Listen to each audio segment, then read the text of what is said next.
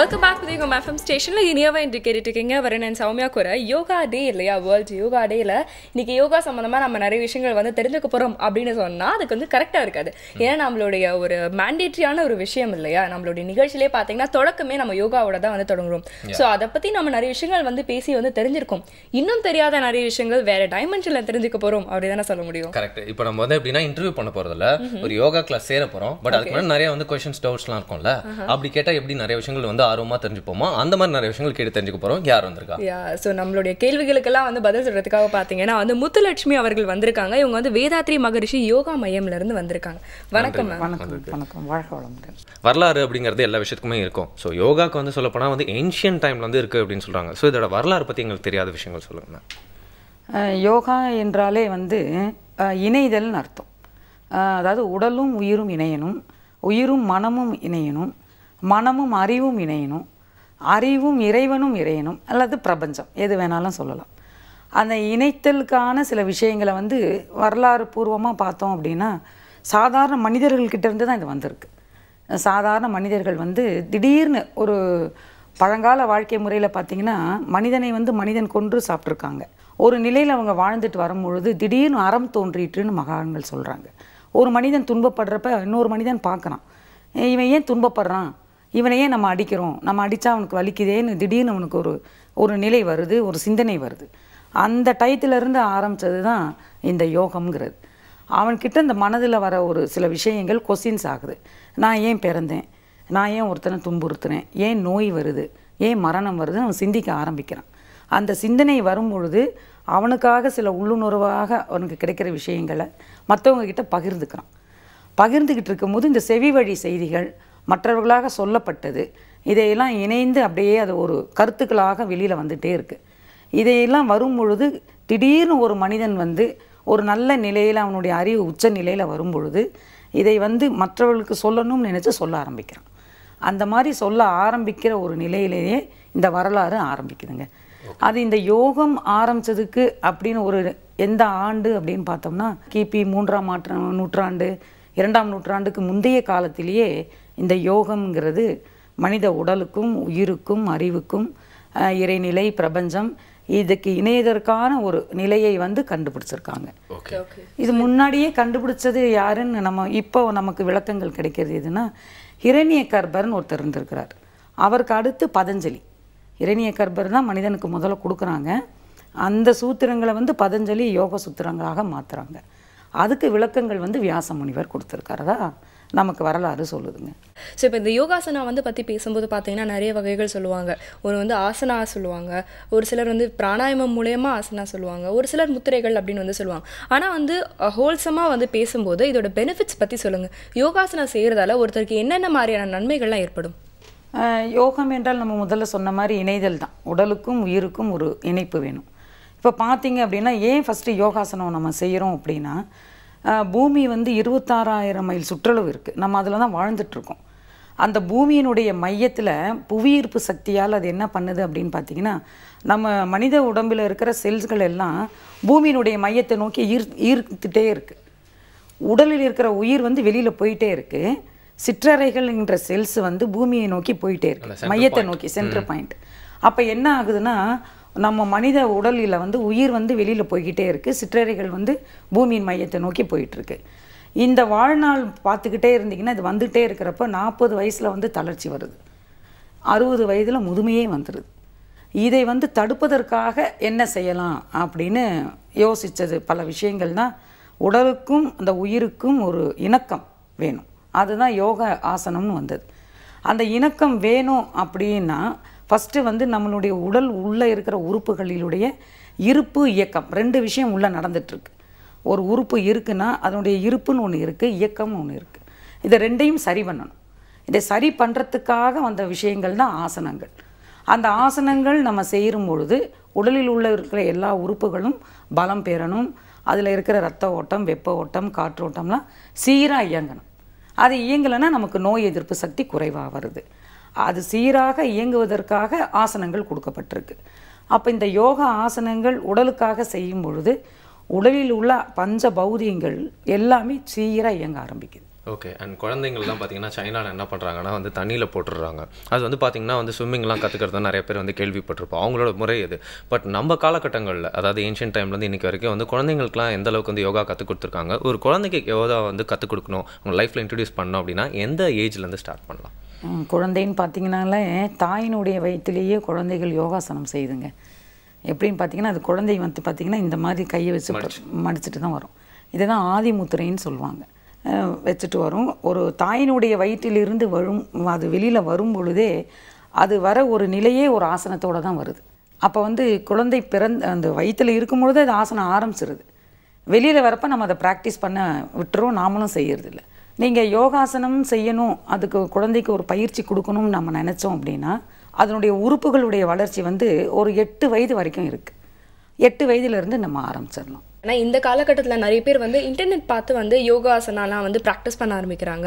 And ஒரு சிலர் என்ன சொல்கிறாங்கன்னா அப்படி கிடையாது, உங்களுடைய உடல் வடிவமைக்கு ஏற்ற மாதிரி தான் ஒரு டீச்சர் வந்து உங்களை ட்ரெயின் பண்ணுவாங்க, டியூன் பண்ணுவாங்க அப்படின்னு சொல்லுவாங்க. ஸோ இது எந்த அளவுக்கு உண்மை? ஒரு யோகா டீச்சர்கிட்ட தான் வந்து கற்றுக்கணும் அப்படின்னு சொல்கிறதுடைய முக்கியத்துவம் பற்றி சொல்லுங்கள். யோகா டீச்சருக்கு வந்துங்க அதில் இருக்கிற நன்மைகளை பற்றி நல்லா தெரியும். அதில் தவறாக செய்தால் என்ன பலன்கிறதும் அவங்களுக்கு தெரியும். ஏன்னா அவங்களுக்கு நிறைய எக்ஸ்பீரியன்ஸ் இருக்குது, நிறைய படிச்சிருப்பாங்க. அதனால் வந்து ஒரு யோகா டீச்சர்கிட்ட நம்ம போய் கற்றுக்கிறதுங்கிறது ரொம்ப முக்கியமான விஷயம். திடீர்னு கற்றுக்கிட்டு ஒரு புக்கை பார்த்தோ இல்லை டிவியை பார்த்தோ நம்ம செய்கிறப்ப சைடு எஃபெக்ட் வர்றதுக்கு நிறைய வாய்ப்புகள் இருக்குது. சரியா தவறான்னு நமக்கு தெரியாது. இப்போது முதுகு தண்டுவடத்துக்கு மகராசனம்னு ஒரு பயிற்சி இருக்குங்க. அதை நீங்கள் புக்கை பார்த்து செய்கிறீங்க அப்படின்னு பார்த்தீங்கன்னா தலை வலது பக்கம், உடல் இடது பக்கம்னு அதில் போட்டிருக்கோம். புக்கை பார்த்தீங்கன்னா தலையை வலது பக்கம்னா தலைங்கிறது இதோட முடிஞ்சிருது. அவங்களுக்கு தெரியாது, என்ன பண்ணுவாங்க, இந்த ஷோல்டரையும் சேர்த்து திருப்புவாங்க.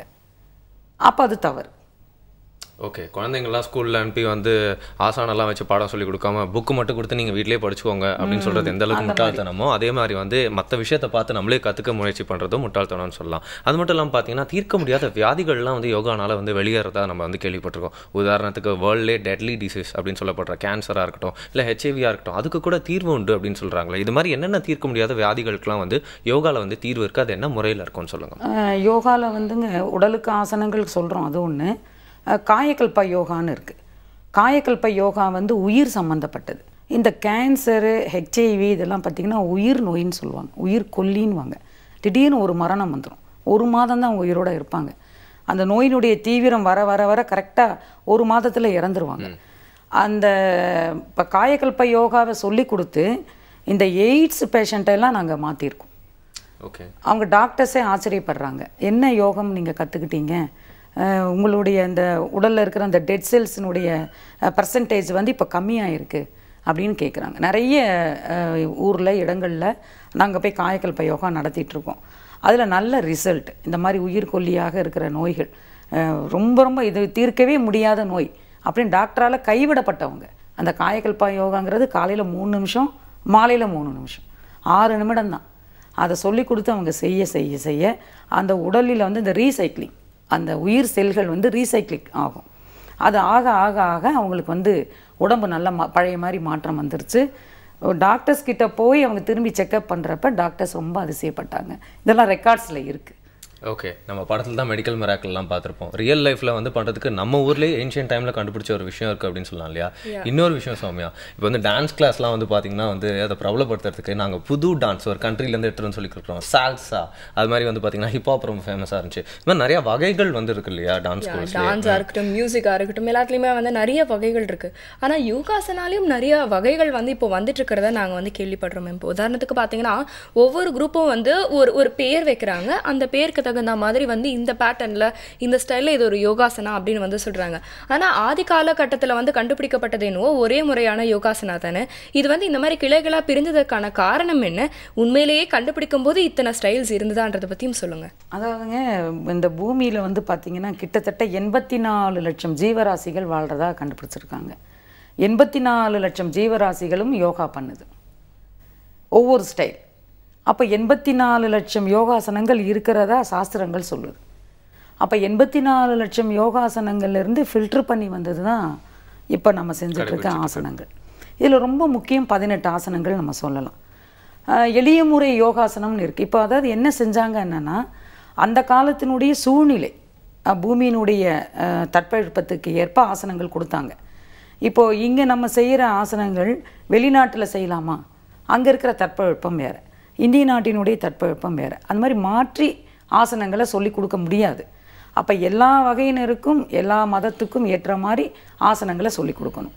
அப்போ அந்த ஆசனங்களுடைய நன்மைகளும் இப்போ இருக்கணும். அதனால் எளிய முறை யோகாசனங்கள் எல்லாமே அதில் இருந்து எடுத்தது தான். வந்து பொதுவாக வந்து சொல்லுவாங்க இல்லையா, நம்ம தரையில் வந்து கால் வந்து படுற மாதிரி வந்து இப்படி தான் வந்து நிற்கணும். ஆனால் நிறைய பேர் வந்து பார்த்தீங்கன்னா வந்து குறிப்பாக வந்து இந்த ஐடி ஃபீல்டில் ஒர்க் பண்ணுறவங்க உட்காந்துக்கிட்டே வந்து அவங்க சிஸ்டம் முன்னாடி ஒர்க் பண்ணும்போது என்ன பண்ணுறாங்கன்னா காலை வந்து இப்படி வச்சுப்பாங்க. அதை அவங்க வந்து அறியாமலே வச்சுப்பாங்க. அது மட்டும் இல்லாமல் பொதுவாக இப்போ நிறைய யங்ஸ்டர்ஸ்க்கு அந்த ஒரு பழக்கம் வந்துருச்சு. வண்டி ஓட்டும் போதும் சரி, எப்பயாவது உட்காந்துட்டு இருக்கும்போது காலை வந்து இப்படி வச்சுட்டு இருப்பாங்க. இதனால் வந்து பார்த்தீங்கன்னா நரம்பு தளர்ச்சி வந்து சீக்கிரமாக வந்துருமா. நம்மளுடைய நிறைய கலைகளில் கூட வந்து இதை ஸ்ட்ரெஸ் பண்ணியிருக்காங்க. உதாரணத்துக்கு பார்த்தீங்கன்னா பரதம் வந்து நம்மளுடைய கலை இல்லையா, அதுல எங்கேயுமே வந்து இப்படியே நின்றுட்டே வந்து டான்ஸ் ஆடுற மாதிரி இருக்காது. எப்பயுமே கால் வந்து படியே வச்சுதான் இருக்கும். இதே வந்து வெஸ்டர்ன் கல்ச்சர்ல வந்து இப்போ சால்சா அந்த மாதிரி நடனங்கள்ல பாத்தீங்கன்னா இந்த மாதிரி குதிக்கால இந்த மாதிரி நின்றுட்டு தான் வந்து நடக்கிற மாதிரி ஆடுற மாதிரியான ஒரு ஸ்டைல் இருக்கும் இல்லையா. ஓகே, என்ன சுத்தி இருக்க 2 பேருக்குமே வந்து நிறைய விஷயங்கள் தெரிஞ்சிருக்கு. அவங்க கிட்ட இருந்து நான் மட்டும் இல்லை, நீங்களும் கத்துக்க போறீங்க. ஒரு பிரேக் அப்புறமா நிறைய கொஸ்டின்ஸ்லாம் கேட்கலாம். புதிய FM ஸ்டேஷன்ல இது இனியவை இன்று.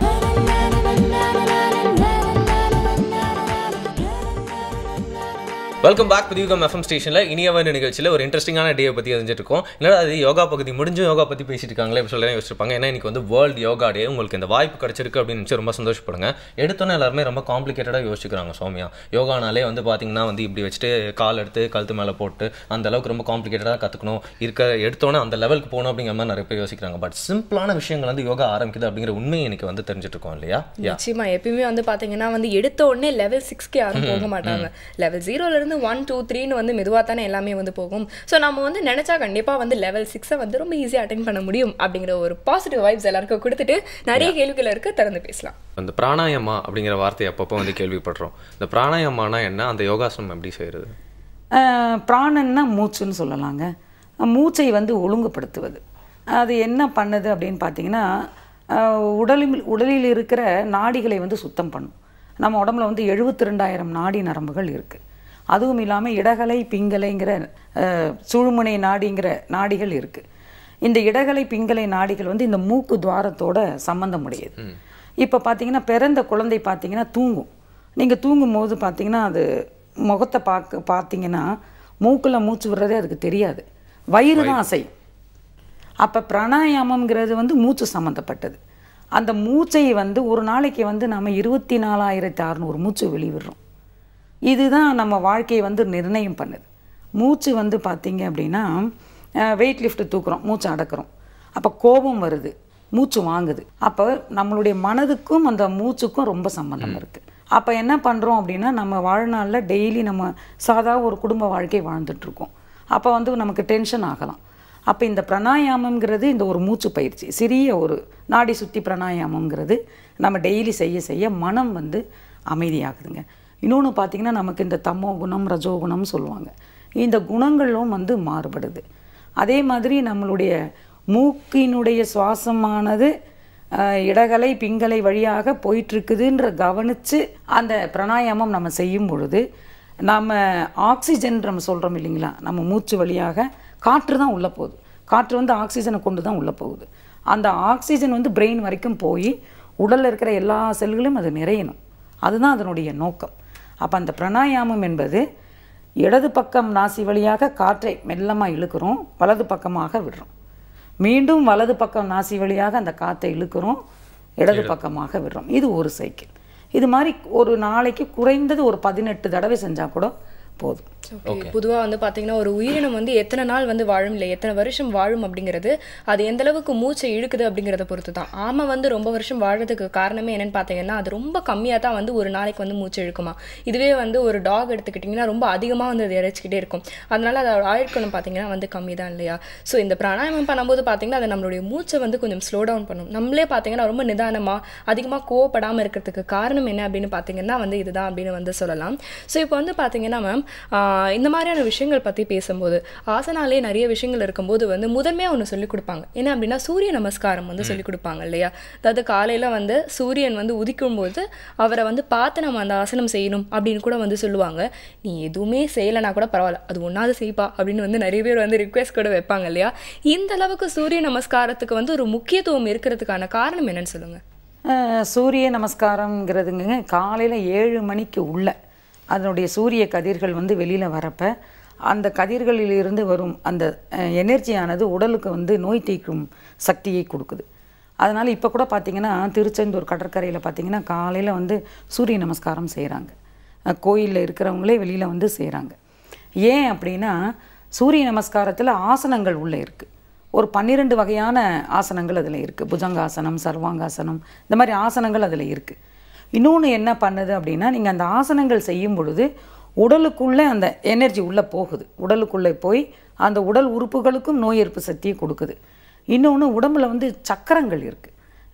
மூலாதாரம், சுவாதிஷ்டானம், மணிப்பூரகம், அநாதகம், விசுப்தி, ஆகினம், துரியம். இப்போ இங்கே வந்து பிட்யூட்ரி கிளாண்ட் இருக்குங்க, பீனியல் கிளாண்டு, தைராய்டு, தைமஸு, பேராதைராய்டு, இந்த மாதிரி சுரப்பிகள் நிறைய இருக்குது நம்மக்கிட்ட.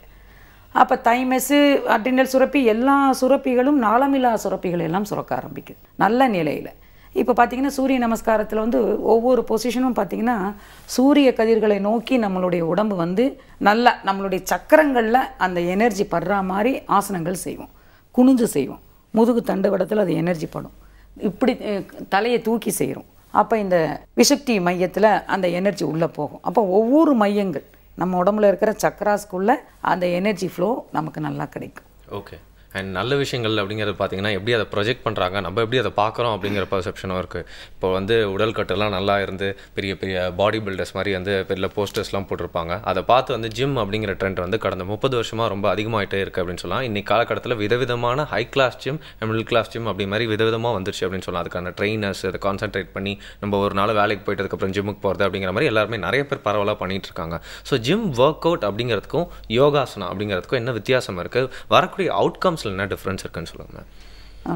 யோகாசனம் செஞ்சிங்கன்னா சைடு எஃபெக்ட் இல்லைங்க, பலன்கள் வந்து நன்மை மட்டும்தான். ஜிம் அப்படின்னா அங்கே என்ன சொல்லி கொடுக்குறாங்க அப்படிங்கிறது பார்த்திங்கன்னா தசைக்கும் அந்த நரம்புக்கும் மட்டும்தான் அங்கே முக்கியத்துவம். அது என்ன பண்ணுது அப்படின்னு பார்த்திங்கன்னா பிரபல குத்துச்சண்டை வீரர் முகமது அலி சொல்கிறார். அவருடைய உடம்பு வந்து இந்த ஜிம்முக்கு போயிட்டு நல்ல ஜிம் பாடி தான் அவர். ஆனால் அவர் பார்க்கின்சன் நோயால் பாதிக்கப்பட்டார். ஏன்னா தலை வந்து ஆடிக்கிட்டே இருக்கும், நரம்பு லூஸ் ஆகிடும், உட்காந்துட்டே இருக்காரு. ஆமாம், ஏன்னா நரம்புக்கும் தசைக்கும் ஒரு பிணைப்பு இருக்குங்க. அந்த நரம்பும் தசையும் கரெக்டாக இருக்கணும். இப்போ யோகாசனம் பண்ணுறப்போ அதனுடைய பிணைப்பு வந்து விடுபடாது. என்ன பண்ணுறாங்கன்னா வெயிட் தூக்குறாங்க, மூச்சை பிடிக்கிறாங்க, அது எங்கேனாவது போய் பிடிச்சிக்கும், பேக் பெயின் வரும். இந்த மசில்ஸ்க்கு பார்க்குறாங்க, அது பேக் பெயினில் கொண்டு போய் விடும். ஏன்னா ஃபுல் ஸ்ட்ரெஸ்ஸும் போய் பார்த்தீங்கன்னா பேக் போனில் வெயிட் பண்ணுவாங்க. இயற்கையான ஒரு உடற்கட்டமைப்பே இல்லை, அது ஒரு மசில்ஸ் வந்து அதில் அது வரி தசைன்னு சொல்லுவாங்கங்க. நம்ம தசைகள் வந்து வரி தசைன்னு சொல்லுவாங்க. அந்த லேயரை வந்து அது வந்து பூஸ்டப் பண்ணி கொடுக்கும். அது வந்து கொஞ்சம் விளையாட்டுக்கு வேணால் அதெல்லாம் செஞ்சுக்கலாம், செய்யலாம். அதை வச்சு நம்ம ஒரு பணம் சம்பாதிக்கலாம், ஹீரோயிசம் பண்ணலாம். ஆனால் வாழ்க்கைக்கு உதவுமாங்கிறது கண்டிப்பாக கிடையாது. நம்மளுடைய ஷோவோட தொடக்கமே பார்த்தீங்கன்னா வந்து ஒரு யோகா செக்மெண்டோட தானே நம்ம வந்து தொடங்குவோம். ஒரு காலகட்டத்தில் வந்து பார்த்தீங்கன்னா வந்து வெறும் யோகா வந்தது. அதுக்கப்புறம் வந்து முத்திரைகள்லாம் வந்து சொல்லிக் கொடுக்க ஆரம்பிச்சாங்க. நான் கூட ஆரம்பத்தில் வந்து யோசிச்சேன், ஒரு முத்திரையில் வந்து பெருசாக என்ன வந்து நம்மளுக்கு கிடைக்கும். இப்போ யோகாவாவது நம்ம வந்து கொஞ்சம் காலெல்லாம் ஸ்ட்ரெஸ் பண்ணுறோம், அந்த மாதிரியான விஷயங்களுக்கு முத்திரையில் வந்து என்ன வரும் அப்படின்னு சொல்லிட்டு கூட யோசிச்சிருக்கேன். ஆனால் வந்து அதை செய்யும் போது தான் அதோட பலனை வந்து நான் தெரிஞ்சுக்கிட்டேன். கிரேட். அது மட்டும் இல்லாமல் மேம் கிட்ட பேசிட்டு இருக்கப்போ அவங்க சொல்லியிருந்தாங்க, எல்லா சாமியோட படங்கள்லாம் பார்த்தீங்கன்னா வந்து அவங்க முத்திரை வச்சுட்டு இருக்கா மாதிரின்னு சொல்லிட்டு. அது நம்ம இந்தியாவில் மட்டும் இல்லை, வேர்ல்டு ஃபுல்லாக இருக்கேன். அந்த மாதிரி வந்து யார் பின்னாடிலாம் ஒளிவட்டம் இருக்கும், அவங்களாம் பார்த்தீங்கன்னா ஏதோ ஒரு முத்திரை வச்சுட்டு தான் இருப்பாங்க. நல்லவனு பார்த்தீங்கன்னா தெரியும். ஸோ எல்லா மதமும் வந்து ஒரே விஷயத்தை தான் வந்து சொல்லிக் கொடுக்குது அப்படிங்கிறதையும் நம்ம தெரிஞ்சுக்கிறோம் இல்லையா. ஸோ நிறைய விஷயத்தை நம்ம தெரிஞ்சுக்கலாம் ஒரு சின்ன பிரேக் அப்புறம். புதிய யுகம் எஃப்எம் ஸ்டேஷனில் இது இனியவை இன்று.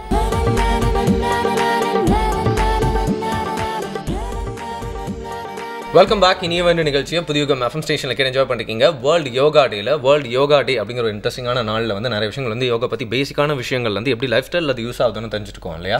அது மட்டும் இல்லாமல் வந்து பார்த்தீங்கன்னா வந்து இன்னைக்கு காலகட்டத்துக்கு ஏற்ற மாதிரியான பதிலும் வந்து முத்துலட்சுமி மேடம் சொல்லிட்டு இருக்காங்க. ஸோ நிறைய கேள்விகள் இருக்க தொடர்ந்து பேசலாம். இப்போ டயட் அப்படி நம்ம வந்து ரொம்ப ஃபேன்சியாக சொல்கிறது வந்து பார்த்தீங்கன்னா வந்து உண்மையிலேயே ஒரு நல்ல விஷயம் தான் இல்லையா? ஸோ இப்போ வந்து நான்வெஜ் வந்து சாப்பிடக்கூடாது, அதுக்கப்புறம் வந்து யோகாசனம் செஞ்சு இத்தனை மணி நேரத்தில் சாப்பிடக்கூடாது, இந்த மாதிரி சில விஷயங்கள்லாம் சொல்கிறாங்க. இதை பற்றியும் கொஞ்சம் சொல்லுங்கள். ஐந்தில் அளவு முறைன்னு ஒரு விஷயம் இருக்குங்க. உணவு, உறக்கம், உடல் உழைப்பு, கணவன் மனைவி உறவு, உள்ளம், இந்த ஐந்திலும் அளவு முறை இருக்கணும். இது அளவு முறை மீறாமலும் அதை அனுபவிக்காமலும் இருந்தால் தான் துன்பம். அப்போ அதில் பார்த்திங்கன்னா ஸ்டார்டிங்கே உணவை தான் கொடுத்துருக்காங்க. நம்ம சாப்பிட்ற உணவு 7 தாதுவாக மாறுதுங்க. இது பெரிய விஷயம். நம்ம உள்ளே சாப்பிட்றோம், அது உள்ளே வந்து 7 தாதுவாக மாறுது. நம்ம சாப்பிட்ற உணவு முதல்ல பார்த்திங்கன்னா ரசமாக மாறுது, ஜூஸாக போகுது. அடுத்து அதில் ஒரு பார்ட்டு ரத்தமாக மாறுது, அதுலேருந்து ஒரு பார்ட்டு சதையாக மாறுது, கொழுப்பாக மாறுது, எலும்பாக மாறுது, மஜ்ஜையாக மாறுது, லாஸ்ட்டாக சுக்கிலமாக மாறுது. அப்போ நம்ம சாப்பிட்ற உணவு 7 ப்ராசஸ் நடக்கணும், சுக்கிலமாக மாறணும். சுக்கிலமாக மாறினா தான் அதில் 8ஆவதா ஒரு ஓஜஸ்ங்கிற ஒரு சக்தி அதில் தான் வருதுங்க. அதை தான் காயகல்ப யோகாவாக நாங்கள் சொல்லி கொடுக்குறோம். அந்த ஓஜஸ்ங்கிற சக்தியானது இந்த சுக்கிலத்தில் இருந்து நம்ம மாற்றி எடுக்கிறோம். அந்த சுக்கிலம்ங்கிறது இருந்தால் தான் நம்ம நீண்ட நாள் வாழ முடியும். இது ஒரு ரகசியம், உயிர் பயிற்சி அது. அப்போ அந்த உணவானது இந்த 7 ப்ராசஸ் நடக்கணும். ரசமாக மாறாமையே இருந்ததுன்னு வச்சுக்கோங்களேன் வயிற்றில், அது ஒரு கெடுதல். அடுத்து ரத்தமாவது மாறணும், அதுவும் மாறலை. அப்போ என்ன உணவு சாப்பிட்டால் 7 ப்ராசஸ் கரெக்டாக இயற்கையோடு இணைந்து நடக்கணும், அந்த உணவு சாப்பிடணும். அப்போ எந்த உணவு சாப்பிடணும் அப்படின்னு பார்த்திங்கன்னா இயற்கையாக காய்கறிகள், பழங்கள். இப்போ நமக்கு எந்த உணவு பிடிக்கலையோ அதுதான் சாப்பிடணும். பாகற்காய் பிடிக்காது, கீரை பிடிக்காது.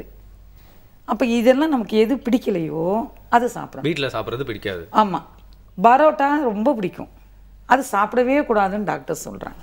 ஏன்னா 7 தாதுவாக மாறாது, குடல்லையே இருந்துரும், டைஜஷன் ஆகிறது கஷ்டம். அப்போ இதில் வந்து சைவ உணவா அசைவ உணவா அப்படிங்கிற பாகுபாடு இல்லை. எந்த உணவு சாப்பிட்டா 7 தாதுவாக மாறுமோ அந்த உணவு சாப்பிடலாம். அது நம்ம உடம்புக்கு நல்ல ரத்தம், நல்ல குட் கொலஸ்ட்ரால், பேட் கொலஸ்ட்ரால் ரெண்டாக மாறுது. குட் கொலஸ்ட்ரால் கொடுக்குற உணவை நம்ம சாப்பிடலாம். அப்போ பார்த்திங்கன்னா அசைவ உணவை ஏன் தவிர்க்க சொல்கிறாங்க அப்படின்னா, அசைவ உணவில் இருந்து சில விஷயங்கள் நமக்கு கிடைக்குது, உண்மைதான். ஆனால் தாவர உணவுல இருந்தும் அது கிடைக்குது. ஆனால் அசைவ உணவில் இருந்து சாப்பிடும் பொழுது மனம்ங்கிறது அங்கே கொஞ்சம் தடுமாற ஆரம்பிக்கும். மனம் சம்மந்தப்பட்டதால் அதை வேணாங்கிறாங்க. ஆனால் ஃபர்ஸ்ட்லாம் பார்த்தீங்கன்னா வந்து வேலை செஞ்சுட்டு அப்புறம் ரொம்ப டயர்டானா வந்து உட்காருவாங்க. இப்போலாம் நிறைய பேர் செய்கிற வேலையை உட்கார்றது தான் அப்படின்னு சொல்லலாம் இல்லையா? உட்கார்றது தான் நிறைய பேரோட வேலையாக மாறிச்சு, அதாவது வந்து உட்காந்துட்டு செய்கிற வேலை அப்படின்னு சொல்லலாம். ஸோ இப்போ உட்காந்துட்டே வந்து நிறைய பேருக்கு வந்து டைம் ஸ்பெண்ட் பண்ண முடியல யோகா செய்கிறதுக்கு அப்படின்னு சொல்லிட்டு பொதுவாக வந்து ஒரு சாக்காக சொல்லிடுவாங்க. பட் உட்காந்துட்டே செய்கிற மாதிரியான நிறைய விஷயங்கள் இருக்கும் இல்லையா? இப்போ நாங்களே வேலை தான் செஞ்சுட்டு இருக்கோம், எங்களுக்கே வந்து ஏதாவது உட்காந்து செய்கிற மாதிரி ஒரு விஷயங்கள் கற்றுக் கொடுக்க முடியுமா? கண்டிப்பாக செய்யலாம். நீங்கள் உட்காந்துக்கிட்டே செய்யலாம் அப்படின்னா உங்களுடைய கால் பாதம் வந்து பூமியில் படுற மாதிரி வச்சுக்கலாம். வச்சுக்கிட்டிங்கன்னா நீங்கள் காலை வந்து வி ஷேப்பில் வைக்காமல் இப்படி வச்சுக்கலாம். இப்போ பார்த்தீங்கன்னா மகாவீர் வந்து பார்த்திங்கன்னா நின்ற நிலையில் இருக்கிறார். சரவண பலகோலாவில் பார்த்தீங்கன்னா நிற்பார். அவருடைய பொசிஷன் இதுதான். காலை வி ஷேப்பில் இப்படி நீங்கள் கொஞ்சம் வைக்கும் பொழுது உங்ககிட்ட இருக்கிற நெகட்டிவ்ஸ் எல்லாம் வெளியில் போகும்.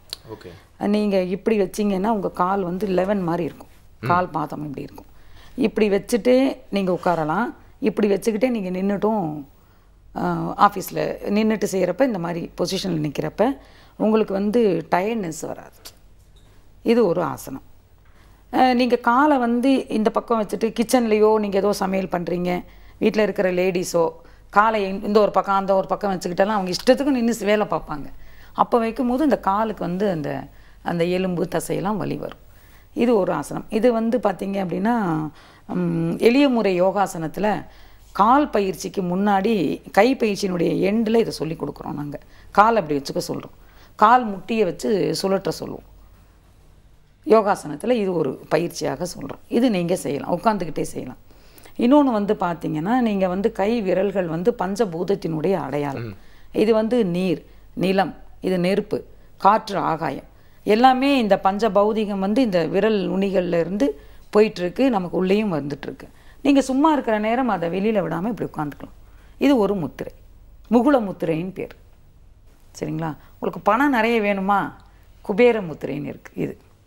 இது என்ன பண்ணும் அப்படின்னா அறிவை தூண்டி விடுங்க. மாசம் சும்மா குபேர முத்திரைன்னா பணம் அப்படியே கொட்டுன்னு நினைச்சிடாதீங்க. இல்ல 30ஆம் தேதி செய்ய வேண்டிய முத்திரை அப்படின்னு நினைக்கிறீங்களா இது?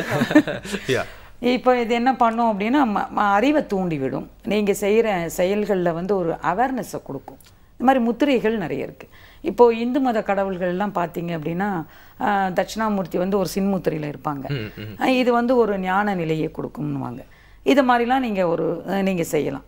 அதே மாதிரி நீங்கள் வந்து கைகளில் வந்து இந்த ஆதி முத்திரை செய்துக்கலாம். கால்கள் வந்து இதுதான் பொசிஷன், அதுதான் நல்லா தரையில் ஊன்றி அந்த 11 பொசிஷனில் நீங்கள் வச்சுக்கிட்டிங்கன்னா இந்த பேக் பெயின் வராது.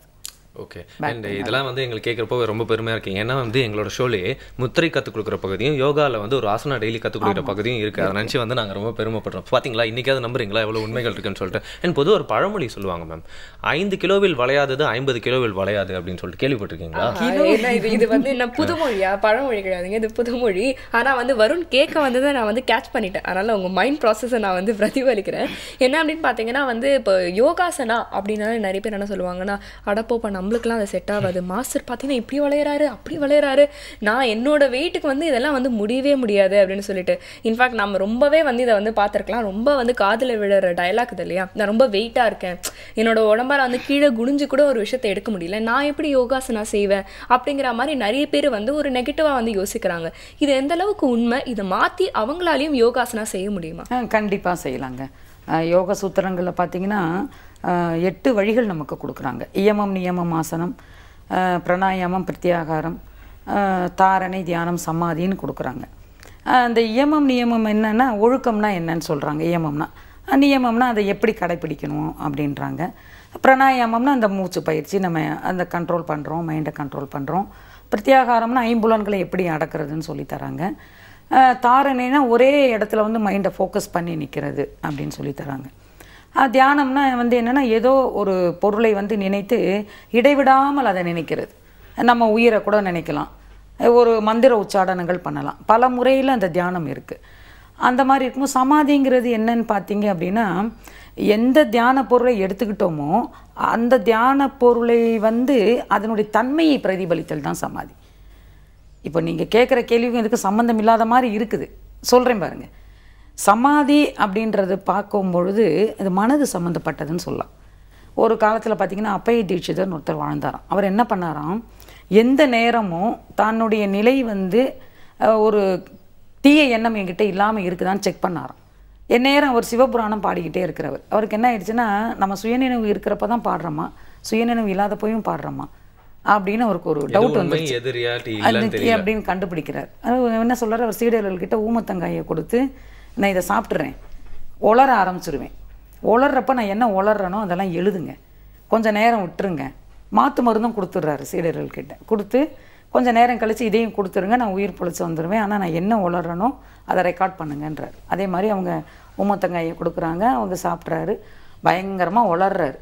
அவங்க எழுதி வைக்கிறாங்க, திரும்பி மாற்று மருந்து கொடுக்குறாங்க, சரியாயிடும். பார்த்தா சரியான நினைவில் இருந்து சொன்னதை விட இறை தத்துவத்தை அந்த உளறலாக உளர்னது தான் நிறைய இருந்துச்சு. அவ்வளோ ரகசியங்கள் கொட்டியிருக்கிறார். அப்போ அந்த மைண்டு வைஸ் அது வந்து ஆழ்மனம்ங்கிறாங்க. அந்த ஆழ்மனத்தில் இருந்து அந்த தன்மையை வந்து பிரதிபலித்தல் தான் சமாதி. இந்த நிலை வரைக்கும் வர்றது தான் யோகம். வெறும் ஆசனங்கள் மட்டும் யோகம் இல்லை. அப்போ இந்த மனதுக்கு இந்த இயமம் நியமம் ஆசனம், பிராணாயாமம் பிரத்யாகாரம், தாரணை தியானம் சமாதி இதெல்லாம் நம்ம கற்றுக்கணும். இதுக்கு தான் நம்ம வந்திருக்கோம். இதை வந்து குண்டாக இருக்கிறோமா ஒல்லியாக இருக்கிறோமாங்கிறது விஷயம் இல்லை, மனம் சம்மந்தப்பட்டது. எனக்கு சரியாயிடும், நான் செஞ்சிடலாம் அப்படின்னு அவங்க ஆழ் மனம் நம்பணும். அதுக்கப்புறமா ப்ராக்டிஸ் பண்ணாங்க அப்படின்னா, நீங்கள் யோகாசன சென்டருங்களெல்லாம் நீங்கள் வந்து பாருங்கள், படி ஏற முடியாமல் தூக்கிக்கிட்டு வந்தெல்லாம் உட்கார வச்சுருக்காங்க. இன்றைக்கி அவங்கெல்லாம் ப்ரொஃபஸர்ஸ், நல்ல கிளாஸ் எடுத்துகிட்டு இருக்காங்க. எப்படின்னா மனம் தான், ஆழ் மனம். அவங்க சொல்கிறாங்க, நான் நம்பினேன், என்னால் முடியும், நம்பினேன் அப்படின்றாங்க. அதே மாதிரி குண்டாக இருக்கிறவங்க வந்து கற்றுக்குறாங்க. இந்த ஆசனங்கள் செய்யும்போது கஷ்டப்படுறாங்க, அவங்களுக்கு உளவியல் பயிற்சியும் கொடுக்குறோம். அவங்கக்கிட்ட இருக்கிற அந்த மனதில் இருக்கிற அந்த டிப்ரெஷனை வெளியில் எடுக்கிறோம். அவங்கக்கிட்ட இருக்கிற தீய எண்ணங்களை எப்படி நீங்கள் போக்கிக்கலான்றது சொல்லி கொடுக்குறோம். எல்லாமே ஒரே மாதிரி மெடிடேஷன் எல்லாம் சொல்லி கொடுக்கும் பொழுது அவங்க உடம்பில் சதை கூடி இருந்தால் கூட உடம்புல வெயிட் தெரியாது. அதுதான் ரொம்ப முக்கியம். ஓகே, இன்னைக்கு வந்து பார்த்தீங்கன்னா வேர்ல்டு யோகா டே. ஒருத்தனுக்கு வந்து என்ன பண்ணாங்களாம், கண்ணெல்லாம் கட்டிட்டு கையில் நிறையா காசுலாம் கொடுத்துட்டாங்களாம், தங்க காசுலாம் கொடுத்துட்டு. சுற்றி நிறைய பேர் இருக்காங்க, யார் வேணால் பறிச்சுக்கலாம், நீ பத்திரமா வச்சுக்கணும், நல்லா வச்சுக்கிட்டீங்கன்னா இந்த காசுலாம் உனக்கு தான் சொன்னாங்களாம். அவன் ஃபுல்லாக ஸ்ட்ரெஸ் ஆகிட்டானா, ஐயோ எந்த நேரத்தில் யார் வந்து எடுப்பா, டக்குன்னு கையே வந்து எதாவது பண்ணி எடுத்துகிட்டு போயிட்டாங்கன்னா அப்படிங்கிற மாதிரி யோசிக்க ஆரம்பிச்சிட்டானா. ஃபுல் அண்ட் ஃபுல் ஸ்ட்ரெஸ் அந்த 3 hour அவனுக்கு. அப்புறம் என்ன பண்ணியிருக்காங்க, அதே மாதிரி கண்ணை கட்டிட்டு உன்னை நான் மாடிக்கு கூப்பிட்டு போகிறேன், நான் சொன்னோன்னே நீ அதெல்லாம் கீழே போட போகிற, யாருக்கு போட போறீங்கன்னா அதில் கீழே நிறைய ஏழைகள்லாம் இருக்காங்க, அவங்களுக்கு அந்த தங்க காசுலாம் நீ போட போகிற அப்படின்னு சொல்லிட்டு அவள் இந்த 3 மணி நேரம் வச்சுட்டு அதுக்கப்புறம் அந்த தங்க காசுலாம் அவனுக்கு இல்லைன்னு தெரிஞ்சும் அந்த ஏழைங்களுக்கு அவன் தூக்கி போட்டவன தான் பார்த்தீங்கன்னா வந்து மைண்டில் இருக்க ஸ்ட்ரெஸ்லாம் போய் ரிலீஃப்டாக இருந்துச்சான். அந்த தங்க காசு கையில் வச்சுட்டு அவனுக்குன்னு தெரிஞ்சப்போ இந்த ஃபீலிங்கோட கொடுத்தப்போ அந்த ஃபீலிங் வந்து ரொம்ப நல்லா இருந்துச்சுன்னு சொல்கிறாங்க. இதே மாதிரி நிறைய கலைகள்லாம் தமிழ்நாட்டில் இருந்தாலும் மற்றவங்களுக்கு கற்றுக் கொடுக்கக்கூடாது அப்படின்னு சொல்லிட்டு உள்ளே வந்து அடக்கி வச்சுட்டாங்க அப்படின்னு சொல்லலாம். ஆனால் இன்னைக்கு வரைக்கும் வந்து எல்லாருக்கும் கற்றுக்கிறதுக்கு வாய்ப்பு இருக்க ஒரு அரிய கலைனா யோகா அப்படின்னு சொல்லலாம் இல்லையா? நிச்சயமா எல்லாத்துக்குமே வந்து மனசு தான் காரணம் அப்படிங்கிற மாதிரி ஒரு ஸ்டேட்மெண்ட் வந்து இருக்கும். ரொம்ப பிரபலமான ஒரு ஸ்டேட்மெண்ட், பட் ரொம்ப சிம்பிளான ஒரு ஸ்டேட்மெண்ட் அப்படின்னு வந்து சொல்லலாம். நிறைய பேர் வந்து சொல்லுவாங்க, எனக்கு வந்து டைம் கிடையாது, எனக்கு வந்து என்னோட உடம்புக்கு வந்து இது செட் ஆகாது, நம்மளுக்கெல்லாம் என்னத்துக்கு, இப்படி வந்து 1008 காரணங்கள் வந்து சொன்னாலும் ஒரே ஒரு காரணம் மட்டும் வந்து அவங்க வந்து சொல்லணும், நான் ஹெல்த்தியாக இருக்கணுமா வேணாமா அப்படிங்கிறதுக்கு வந்து ஒரே ஒரு ஆன்சர் சொன்னால் போதும். கண்டிப்பாக அவங்களால வந்து யோகாசனா மேலே ஒரு இன்ட்ரெஸ்ட்டை வந்து வரவழைச்சிக்க முடியும் அப்படிங்கிறத நம்ம எல்லாரோட நம்பிக்கை இல்லையா? அண்ட் யோகாவில் பார்த்தீங்கன்னா நீங்கள் சொல்கிற மாதிரி வந்து அவங்க மட்டும் ஹெல்த்தியாக இருக்கிறது இல்லை, அவங்க ஹெல்த்தியாக இருந்தாங்கன்னா அந்த குட் வைப்ஸோட அவங்கள சுற்றி இருக்கவங்களும் வந்து அந்த நெகட்டிவிட்டி இல்லாமல் இருப்பாங்க அப்படின்னு நீங்கள் சொல்கிறதுலேருந்து புரிஞ்சுது. இன்றைக்கி வந்து எங்களுக்கு ரொம்ப சூப்பராக ஆக்சுவலாக வந்து பார்த்தீங்கன்னா ஃபுல் அண்ட் ஃபுல் கிளாஸ் எடுக்கிற மாதிரி தான் இருந்துச்சு. எங்களுக்கு இன்ட்ரெஸ்டிங்காக இருந்துச்சு. உங்ககிட்ட நாங்கள் ஃபீஸ் கட்டாமலே வந்து கிளாஸ்லாம் வந்து கற்றுக்கிட்டோம் அப்படின்னு சொல்லிட்டு எங்களுக்கு ரொம்ப ஹாப்பியாக இருக்குது. அண்ட் நல்ல விஷயத்தை வந்து ஸ்ப்ரெட் பண்ணுறதுக்காக இன்றைக்கி உங்களோட டைமை ஸ்பெண்ட் பண்ணியிருக்கீங்க. Thank you so much ma'am. Thank you so much ma'am. தொடர்ந்து நிறைய விஷயங்கள் நம்ம நிகழ்ச்சியில் பார்க்கலாம். புதிய எஃப்எம் ஸ்டேஷனில் இது இனியவை என்று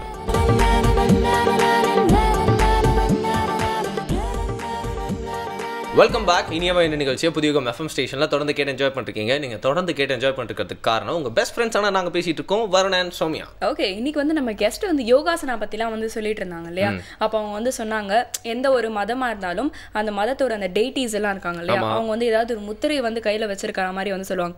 அது வந்து இந்த மதம் அந்த மதம் அப்படின்னு சொல்லி எல்லா மதத்துலையும் வந்து அந்த ஒரு விஷயத்தை வந்து ஸ்ட்ரெஸ் பண்ணியிருப்பாங்க. ஏன்னா வந்து யோகாசனம் அந்த முத்திரைகள் அப்படிங்கிறது எந்த அளவுக்கு ஒரு முக்கியமான விஷயம் அப்படிங்கிறது வந்து ஒரு மனிதனுக்கு கம்யூனிகேட் பண்ணணும்னா அதுக்கு ஒரு மீடியம் தேவை இல்லையா? கரெக்ட். அது மட்டும் இல்லாமல் பார்த்தீங்கன்னா நம்ம தமிழ் வார்த்தையிலேயே வந்து பார்த்தீங்கன்னா ஒரு விஷயத்துக்கும் 4-5 ஆல்டர்னேட்டிவ் பேர் இருக்கு அப்படின்னு கூட சொல்லலாம். இந்த யோகாக்கு வந்து தியானம் அது மாதிரி வந்து நிறைய பேர்லாம் வந்து வச்சிருக்காங்க.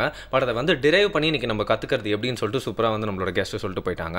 அண்ட் நான் ஏற்கனவே சொன்ன மாதிரி வந்து ஒரே விஷயத்துக்கு வந்து நிறைய பேர் இருக்கு அப்படின்னு சொல்ற மாதிரி தமிழ்ல இன்னொரு விஷயத்துக்கும் பார்த்தீங்கன்னா வந்து இறைவன் இருக்க இடம் அது பேர் வந்து கோவில் சொல்லுவாங்க, ஆலயம் சொல்லுவாங்க. இது அப்புறம் இன்னும் நிறைய பேர்லாம் இருக்கு அப்படி இல்லையா? அதே மாதிரி ஒரு மதத்துக்கு ஏற்ற மாதிரி அது மாறுபடும் அப்படின்னாலும் எல்லாமே வந்து ஒரே விஷயம் தான் இல்லையா?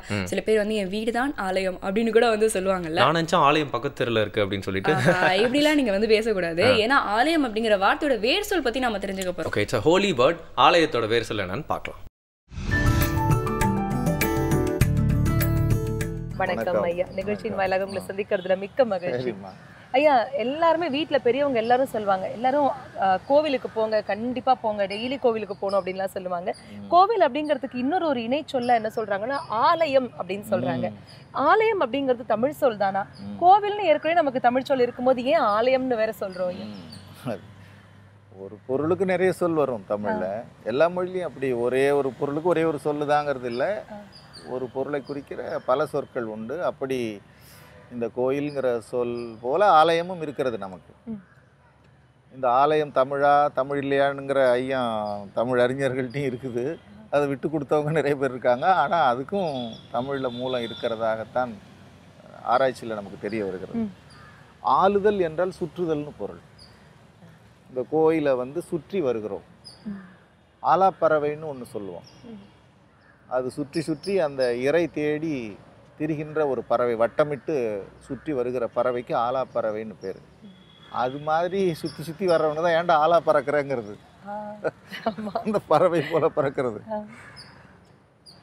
கோயிலை வலம் வந்து வணங்குவது நம்முடைய மரபு. வலம் வந்த மடவார்கள் நடமாட முழவதிர மழையென்றஞ்சி சிலமந்தி அலமந்து மரமேறி முகில்வார்க்கும் திருவையாரே என்று ஞான சம்பந்தர் பாடுறார். பெண்களெல்லாம் ஆடல் மகளிரெல்லாம் வலம் வருகிறார்கள். அதனால வலம் வந்த மடவார்கள் வலமாக சுற்றி வந்த நிலம் வந்து பூமி வந்து வலமாக சுற்றி வருகிறது கதிரவனை. அதுபோல் நாமும் அதே போக்கில் வலமாக சுற்றி வருகிறோம். ஊர்வலம் போகிறோம். இடம் போகிறதில்ல, வலமாக வரதெல்லாம் ஊர்வலம்னே பேர். அந்த இயற்கையின் போக்குக்கு ஏற்ப செயல்படும். அதனால் இறைவனை தொழுகிறோம். இந்த இயற்கையின் ஒழுங்கிலே நாமும் அந்த இறைவன் இருக்கிற இடத்த சுற்றி வரும். இன்றைக்கும் கோயிலில் வந்து சுற்று பிரகாரம்னு சொல்லுவோம், சுற்றி வருகிற இடம். யாருமே இப்படி சுற்றி வர்றதில்லை, பலமாக சுற்றி. இந்த ஆலை, சர்க்கரை ஆலை, கரும்பு ஆலை, இதெல்லாம் இன்றைக்கி எந்திரங்களாக மாறிவிட்டது. அந்த காலத்தில் இருந்து அந்த மாட்டை கட்டி தான் சுற்றி வருவாங்க. அதுக்கு தான் ஆலைன்னு பேர். ஆளுதலால் ஆலை, அது அப்படியே சுற்றி வரும். அந்த ஆலை அரச மரத்தை சுற்றி வந்து அடி வயிற்றை தொட்டி பார்த்தாளான்னு பழமொழி. அரச மரமாக இருந்தாலும் அங்கே கடவுள் இருக்கிறதா, இறைவன் இருக்கிறதா நினச்சி அதையும் சுற்றி வருகிறோம். அப்போ சுற்றி வருவது அப்படிங்கிற ஒரு வழக்கம் நம்ம பண்பாட்டில் இயல்பானது, நம்ம மரபில் உள்ளது. அந்த ஆளுதல் என்ற வினையிலிருந்து கோயிலை சுற்றி வந்து வழிபாடு செய்கிற இடம் ஆலை.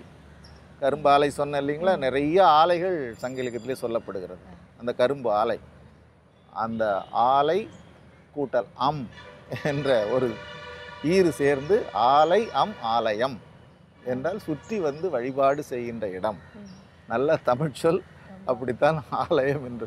மலை கூட்டல் அம் மலயம் என்று வருவது போல ஆலை கூட்டல் அம் ஆலயம் என்று சுற்றி வந்து வழிபாடு செய்கிற இடம் அப்படிங்கிற பொருளில் தான் இருக்கிறது. நம்ம பண்பாட்டோடு சேர்ந்தது. வேற அதுக்கு ஆன்மா லயப்படுகிற இடம் அப்படின்னு சொல்கிறாங்க. அப்படி இருந்தால் அந்த சொல் அப்படி வராது. ஆன்மா அப்படி சேராது. ஆன்மா லயப்படுகிற இடம் அப்படி வராது. ஆலயம் ஆலயம் என்று இயல்பாக இருக்கிறது. ரொம்ப அழகான ஒரு பெயரை ஆலயம். அதற்கு எவ்வளவு ஏற்ப இருக்கு இல்லையா? சுற்றி வருகின்ற ஒரு இடம் அப்படிங்கிறதுனாலே அதற்கு வந்து ஆளுதல். ஆமா, ஆளுதல், சுற்றுதல். அதனால அது இணையும் பொழுது அதற்கு வந்து ஆலை, இம் சேரும் பொழுது ஆலயம் அப்படிங்கிற ஒரு அம் சேரும் பொழுது அதற்கு ஆலயம் அப்படிங்கிற ஒரு பெயர் வந்தது.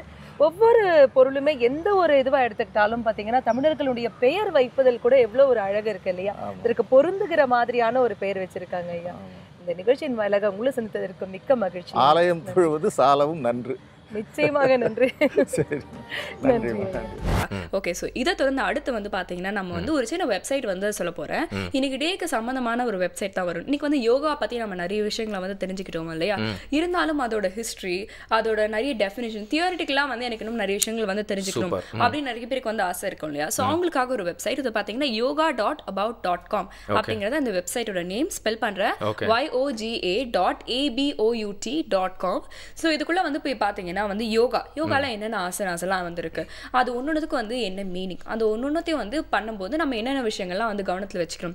இது மட்டும் இல்லாமல் எக்ஸசைசஸ், மெடிடேஷன், பிராணாயாமம், இப்படி என்னென்ன வெரைட்டிஸ் எல்லாம் இருக்கு, யோகாவோட ஹிஸ்டரி, இப்படி எக்கச்சக்கமான விஷயங்களை நீங்க தியரிட்டிக்கலா இந்த ஒரு வெப்சைட் போய் பார்த்தாலே தெரிஞ்சுக்கலாம். ஓகே, ஹிப்போக்ரட்டிக்கலா இருக்கக்கூடாது அப்படின்னு சொல்லுவாங்க. அதனால தான் வந்து நீங்களே இந்த நிகழ்ச்சியில சொல்லியிருந்தீங்க, அதாவது வீடியோஸ்லாம் பார்த்து யோகா கத்துக்கிறது தப்புன்னு சொல்லிட்டு. அதனால தான் நீங்க வந்து கரெக்டாக அந்த தியரிட்டிக்கலா மட்டும் கத்துக்கிற மாதிரி ஒரு சூப்பர் வெப்சைட் எடுத்து வந்திருக்கீங்கன்னு நினைக்கிறேன் இல்லையா? ஏன்னா இப்போ நிறைய வெப்சைட்ஸ் இருக்கு. அதுல வந்து பாத்தீங்கன்னா வந்து ஆன்லைன்லயே வந்து நீங்க கத்துக்கலாம். அதுல மட்டும் இல்லாம நிறைய வீடியோஸ் இருக்கு. அந்த யோகா வந்து நீங்க அந்த வீடியோஸ் பார்த்து கத்துக்கலாம். இப்படி நிறைய இருக்கு. பட் கத்துக்கலாம், ஆனா நாம செய்யறது சரியா இல்லையா அப்படிங்கறத கரெக்ட் பண்றதுக்கு யாருமே இல்ல இல்லையா? எக்ஸாக்ட்லி. சோ பேசிக்கான விஷயங்களுக்காக என்னது about.yoga.com. yoga.about.com. பாருங்க எப்படி கன்ஃபியூஸ் பண்ணாலும் உங்களுக்கு வந்து தெளிவான விஷயங்களை சௌமியா சொல்றாங்க. இந்த பொண்ணுக்குள்ள இவ்வளவு வந்திருக்கா, இவங்களுக்காக ஏதாவது செஞ்சே ஆகணுமே அப்படின்னு நீங்க யோசிச்சுட்டு இருந்தீங்கன்னா ஃபீட்பேக் அனுப்புங்க. அதாவது எங்களை பத்தி மட்டும் இல்லாம ஷோ ஆஸ் அ ஹோல் எப்படி இருந்துச்சு, உங்களோட ஷோ, அதாவது நம்மளோட ஷோ பத்தி நிறைய விஷயம் நீங்க பாசிட்டிவ் ஆர் நெகட்டிவ் ஃபீட்பேக்ஸும் கொடுக்கலாம். feedback@pudiyugam.tv அப்படிங்கிற மெயில் ஐடிக்கு. அப்படி இல்லைன்னா ஸ்க்ரீன்ல தெரியுற அட்ரஸ்க்கு நீங்க தபால் மூலமாகவும் அனுப்பலாம். இல்லை டோல் ஃப்ரீ நம்பருக்கு கால் பண்ணி உங்களுடைய கருத்துக்களை சொல்லலாம். உங்களுடைய கருத்துக்கள் எங்களுக்கு ரொம்ப முக்கியம். ஓகே, கத்துக்கிட்ட யோகாவெல்லாம் மொத்த வித்தே இறக்க போறோம் இன்னைக்கு உள்ள போயிட்டு. ஸோ அதுக்காக அப்படியே எஸ்கேப் ஆயிடலாம். புதியகம் FM ஸ்டேஷன்ல இது இனியவை என்று வித் வருண் அண்ட் சௌமியா.